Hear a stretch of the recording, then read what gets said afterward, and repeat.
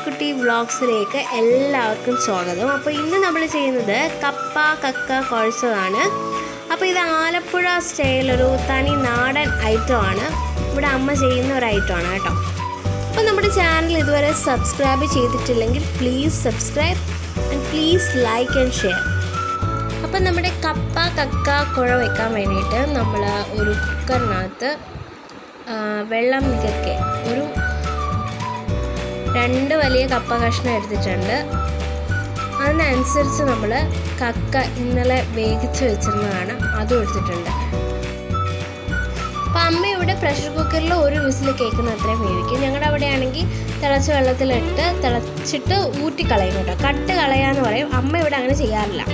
അപ്പോൾ നമ്മളിവിടെ കക്കായ്ക്ക് വേണ്ടിയിട്ട് ഒരു തേങ്ങാമുറി ചിരകിയത്, ഒരു തേങ്ങയുടെ പകുതി ചിരകിയത്, ചെറിയ ഉള്ളി, പെരിഞ്ജീരകം, പിന്നെ വെളുത്തുള്ളി, ഒരു ചെറിയ സ്പൂൺ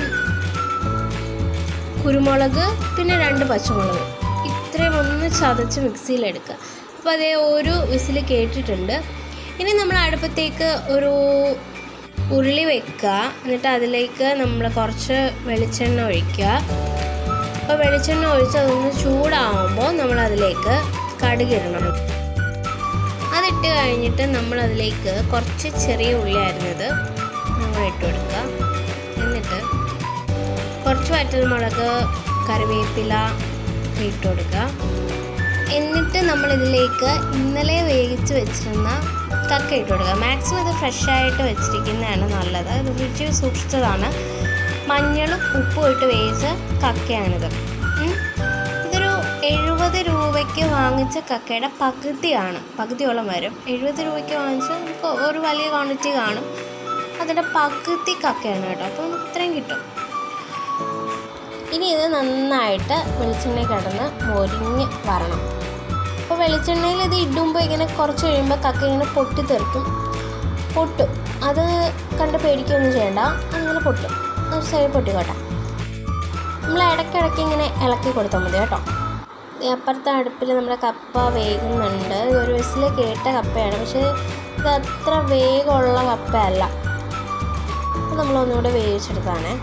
അപ്പോൾ നമ്മുടെ വെന്ത കപ്പ നമ്മൾ ഊറ്റിയെടുത്തതാണ്. അത് ആ സൈഡിലിരുന്നോട്ടെ. ഇനി നമ്മുടെ കക്കയിലേക്ക് നമ്മൾ ആ അരപ്പില്ലേ അതിട്ട് കൊടുക്കണം. നമ്മൾ നേരത്തെ അരച്ചില്ലേ, ആ അരപ്പ് ഇട്ട് കൊടുക്കണം. ജസ്റ്റ് ഒന്ന് കറക്കി എടുത്താൽ മതി കേട്ടോ. ജസ്റ്റ് തേങ്ങ ഒന്ന് ക്രഷായി കിട്ടണം, അത്രേ ഉള്ളൂ. ഇനി നന്നായിട്ട് മിക്സ് ചെയ്തെടുക്കുക. ഓക്കെ, ഇനി നമ്മുടെ കപ്പ ഇതിലേക്ക് തട്ടി കൊടുക്കണം. അപ്പം ആവശ്യത്തിന് ഉപ്പുണ്ടോ എന്നൊക്കെ നോക്കുക. ഓക്കെ, എന്നിട്ട് നമ്മൾ തട്ടി കൊടുക്കുക. ഇനി ഇത് നന്നായിട്ട് മിക്സ് ചെയ്തെടുക്കുക. അതാണ് അടുത്ത പ്രോസസ്സ്. ഇനി ഇതിങ്ങനെ ഇളക്കി നന്നായിട്ട് യോജിപ്പിച്ചെടുക്കണം. ഇത്രയേ ഉള്ളൂ, സംഭവം റെഡിയാവും.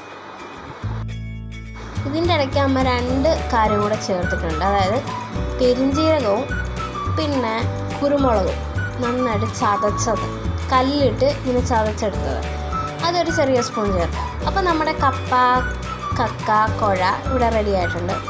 ഇതൊരു തനത് ആലപ്പി സ്റ്റൈൽ വിഭവമാണ്. എല്ലാവരും ട്രൈ ചെയ്ത് നോക്കണം.